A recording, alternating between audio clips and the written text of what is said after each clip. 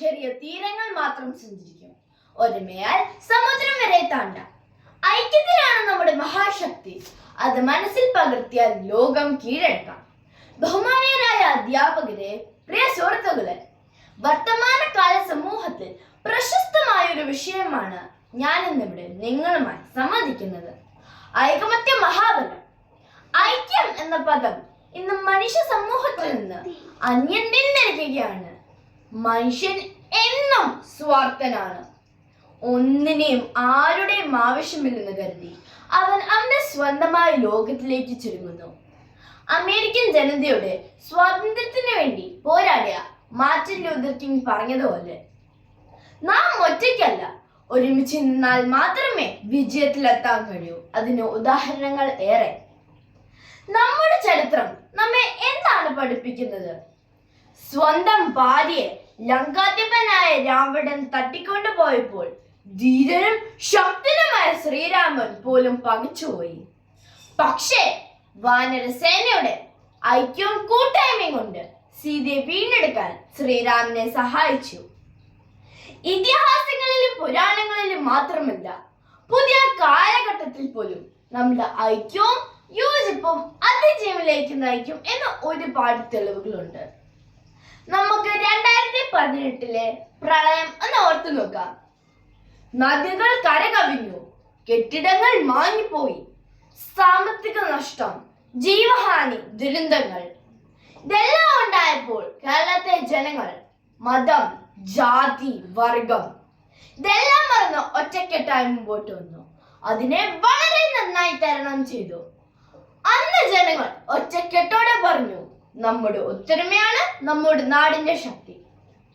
അതുപോലെ തന്നെ 2019 കോവിഡ് മഹാമാരി ലോകം മുഴുവനും കോവിഡ് ഭീതിയിൽ പകച്ചു നിൽക്കുമ്പോൾ നമ്മുടെ ഡോക്ടർമാരും ആരോഗ്യ പ്രവർത്തകരും ഐക്യത്തോടെ ഒറ്റക്കെട്ടായി നിന്ന് നമ്മൾ അതിജീവിച്ചു.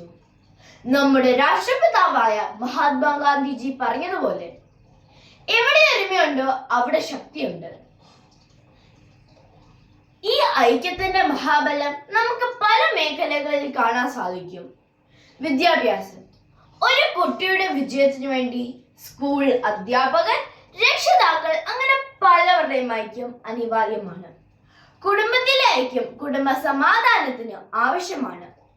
ചിലിയിലെ ഖനിത്തൊഴിലാളികളോടൊപ്പം പാടി നടന്ന പാബ്ലോ നെരൂദ പറഞ്ഞതുപോലെ, നമ്മൾ സഹോദരെ പോലെ ഒന്നിച്ച് ജീവിക്കാൻ പഠിക്കണം, അല്ലെങ്കിൽ ഒന്നും നേടാനാകാതെ കാലവിസ്മൃതിയിൽ ആണ്ടുപോകും. എന്നാൽ ഇന്ന് ലോകരാജ്യങ്ങൾ ഒറ്റയ്ക്കൊറ്റയ്ക്ക് വരുതി ഇല്ലാതാക്കുന്ന ദയനീയ കാഴ്ചയാണ് നാം കാണുന്നത്. അഹങ്കാരവും ധാർഷ്ട്യവും നാം വലിയവനെന്ന ചിന്തയിലേക്ക് നമ്മെ നയിക്കും. സ്വന്തമായി ഒന്നും ചെയ്യാനാതെ ഈയാമ്പാറ്റകളെ പോലെ അഗ്നിയിൽ നാം വീണരിയുന്നു. ഒരുമയുണ്ടെങ്കിൽ ഉലക്കമേലും കിടക്കാം, ഒത്തുപിടിച്ചാൽ മലയും പോരും എന്നീ ചൊല്ലുകൾ ഈ അവസ്ഥയിൽ സ്മരണീയമാണ്. ആബാലവൃദ്ധജനങ്ങളും ഐക്യത്തോടെ ഒറ്റക്കെട്ടായി നിന്നാൽ അവരിൽ ശക്തിയുണ്ട് എന്ന് നാം തിരിച്ചറിയണം. ഐകമത്യ മഹാബലം എന്ന ചിന്ത നമ്മെ ഉന്നതിയിലേക്കും പുരോഗതിയിലേക്കും നയിക്കട്ടെ. സ്വയം വിഭജിച്ചാൽ ഒരു വീട് നിലനിൽക്കില്ല എന്ന അബ്രഹാം ലിങ്കന്റെ വാക്കുകൾ നമുക്കെല്ലാവർക്കും ഒരു പ്രചോദനമാകട്ടെ. ഐക്യത്തിലൂടെയും യോജിപ്പിലൂടെയും മാത്രമേ നമുക്ക് വിജയത്തിലെത്താൻ കഴിയൂ എന്ന് ഓർമ്മപ്പെടുത്തൽ ആവർത്തിച്ചുകൊണ്ട് ഇതുവരെ എന്നെ ശ്രമിച്ച നിങ്ങൾ എല്ലാവർക്കും നന്ദി അർപ്പിച്ചുകൊണ്ട് ഞാൻ നിർത്തുന്നു. നന്ദി, നമസ്കാരം.